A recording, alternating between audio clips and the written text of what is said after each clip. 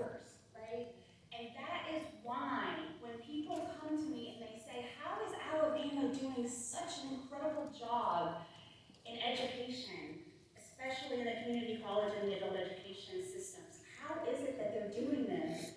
I can't explain it to them because it's people like David, and it's people like Gary Weaver here, and it's people like Barry Main, and it's people like Chancellor Baker, right?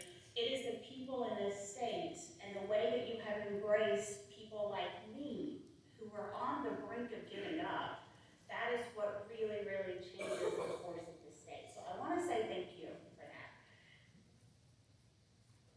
You told me to point at things, so I'm going to point right at you, I think. So, but before I could be on the stage, unfortunately, I did have to learn some things, right? I always say this to students who come to me and they want advice, or adults who come to me and they want advice. Nobody wants to read the book of a person who had it easy, right? Does anybody really want to go and buy the book of somebody who was just born into success and then they never had to work for it? So if you're struggling, that's good. So tell that story, right? And I'm going to tell you a little bit about mine. And here's how this started. This little girl was in second grade in this picture, and she had a lot of dreams, and she really was going to be somebody one day. And there's a lot of little girls out there that look a lot like this, and they have no idea what's coming for them. And they have no idea how the course of their lives is going to be changed forever. And unfortunately, sometimes when that course changes, little girls that look like this don't end up standing on this stage.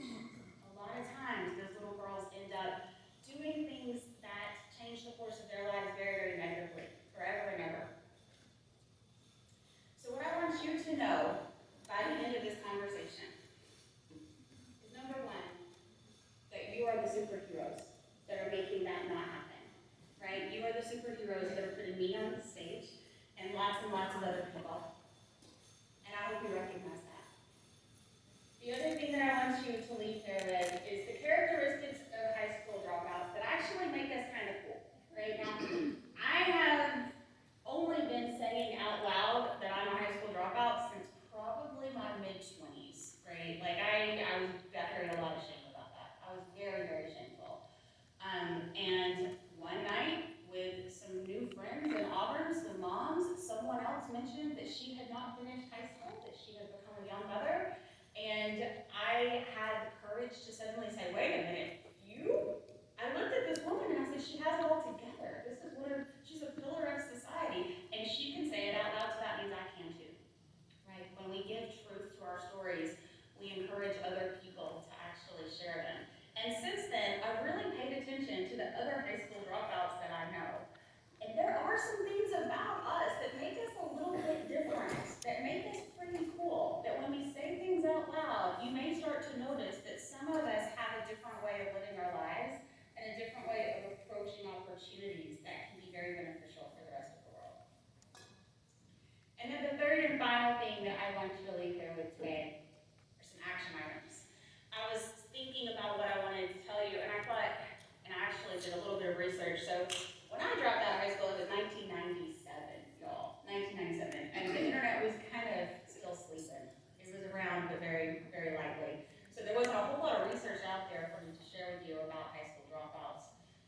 But one of the statistics that I read said that about 8.6% of students in 1997 did not finish high school, right? So I'm like, what is it about me that makes me different? What can I tell you? What is it about me that happened that I can share with you that maybe you can go and implement? So I want you to leave with some of those action items. But first we have to talk about how I got here.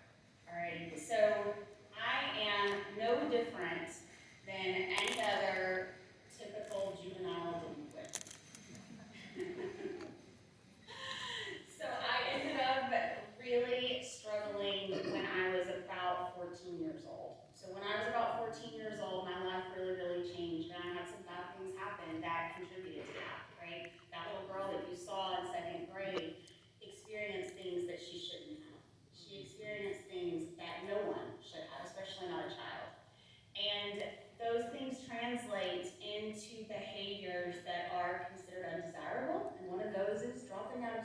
but the truth of the matter is, I did not feel that I deserved to be in that school.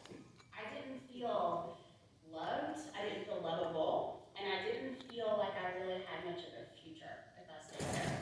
And that's the easiest way for me to explain it to you, because I was really, really hopeless. I couldn't figure out what the future looked like, but I knew that I couldn't stay where I was. I was very unhappy. Got in a lot of trouble, right?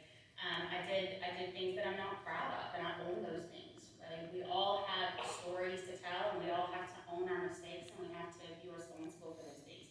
But we're also responsible for changing the story, right? And that's the most important thing that I think we have to communicate to kids like me, is how is it that you're gonna change it? What happened yesterday may matter, but it doesn't make your life impossible.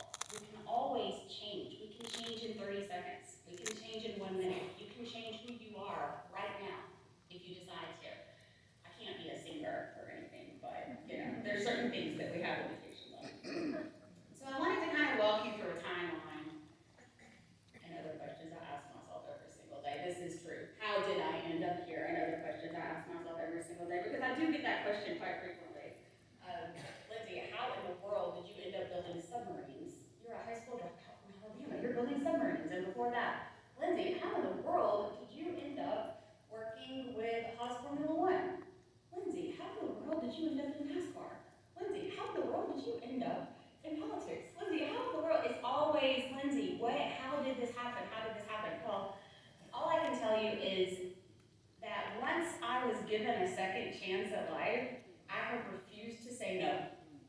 I absolutely refuse to say no. If someone comes to me and they have an opportunity and it sounds cool,